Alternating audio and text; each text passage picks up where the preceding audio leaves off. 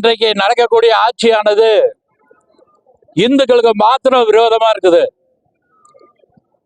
ஒரு காலகட்டத்தில் இந்திரா காந்தி பிரதமராக இருக்கும்போது எமர்ஜென்சி என்ற ஒரு சட்டத்தை கொண்டு வந்து அனைத்து அரசியல் கட்சியையும் கைது செஞ்சாங்க. ரோட்ல போறவங்க எல்லாம் கைது செஞ்சாங்க. இது ஆட்சியானது அந்த மாதிரியான ஆட்சியா இருக்குது. ஹிட்லர் நடத்தக்கூடிய ஆட்சி மாதிரி இருக்குது. இன்னைக்கு முழுக்க முழுக்க இந்த ஆட்சியானது இந்துக்களுக்கு மாத்திர உதாரணமானது. பயங்கரவாதியான பாஷா ஊர்வலம் நடத்துவதற்கு இந்த அரசாங்கமானது அனுமதி கொடுத்திருக்கின்றது. நம்முடைய முதலமைச்சரானவர் ஸ்டேன் சாமி என்கின்ற தீவிரவாதிக்கு மாலை போடுவதற்காக அந்த கல்லூரிக்கு சென்று மாலை அணிவித்திருக்கின்றார். இந்த ஆட்சியானது கிறிஸ்தவர் ஆட்சி, உங்கள் ஆட்சி என்று முதலமைச்சர் சொல்றார், நம்முடைய சபாநாயகர் சொல்றார்.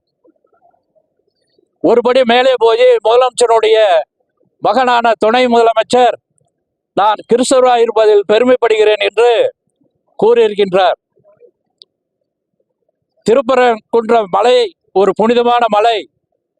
1920 லண்டனுடைய கோர்ட் சொல்லி இருக்குது, இது முருகனுக்கு சேர்ந்த மலை, முழுக்க அதை சுத்தி இருக்கக்கூடிய பகுதியெல்லாம் முருகனுக்கு சேர்ந்தது என்று ஒரு கோர்ட் ஆர்டர் இருக்குது. மேல இந்துக்கள் கார்த்திகை தீபம் ஏத்த போக முடியல. அங்க இருக்கக்கூடிய முஸ்லீம் எல்லாம் சேர்ந்து மேல ஆடு வெட்டும், அந்த புனித மலையில ஆடு வெட்டும்னு சொல்றாங்க. இவங்க எங்க வேணாலும் ஆடு வெட்டுட்டும், பண்ணி வெட்டுறது, எங்கேயோ வேற எங்கேயாவது வெட்டுட்டும். புனிதமான மலை மீது வெட்டுவதை இந்து முன்னணி கண்டிக்கின்றது. இந்த அரசாங்கம் மேல போய் ஒரு எம்பி, மக்களுடைய பிரதிநிதி, இந்துக்கள்லாம் ஓட்டு போட்டு தேர்ந்தெடுக்கப்பட்ட ஒரு எம்பி மேல போய் பிரியாணி சாப்பிட்றாரு. பிரியாணி சாப்பிட்றவங்கெல்லாம் அழைச்சிட்டு சென்றிருக்கார்.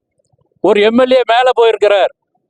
இதை விட ஒரு சமணர் குகையில அவங்களுடைய கலரான பச்சை இதை பெயிண்ட் அடிச்சு பூசி அதை ஆக்கிரமிப்பு செஞ்சிருக்காங்க. அவங்க மீது இந்த அரசாங்கம் எந்த விதமான நடவடிக்கையும் இன்றைக்கு வரைக்கும் எடுக்கல. அமைதியான போராட்டம், இதற்கு எதிர்ப்பு தெரிவிக்கணும், அமைதியான போராட்டம். அது மூலியமாக அங்கே முருகரை வழிபடுவர் செல்வதற்கான பக்தர்கள் எல்லாம் அங்கே சில பக்தர்கள் எல்லாம் சேர்ந்து உள்ள வழிபடுவோன்னு சொல்லி அங்கே தடையை மீறி உள்ள போய் கைதாயிருக்காங்க.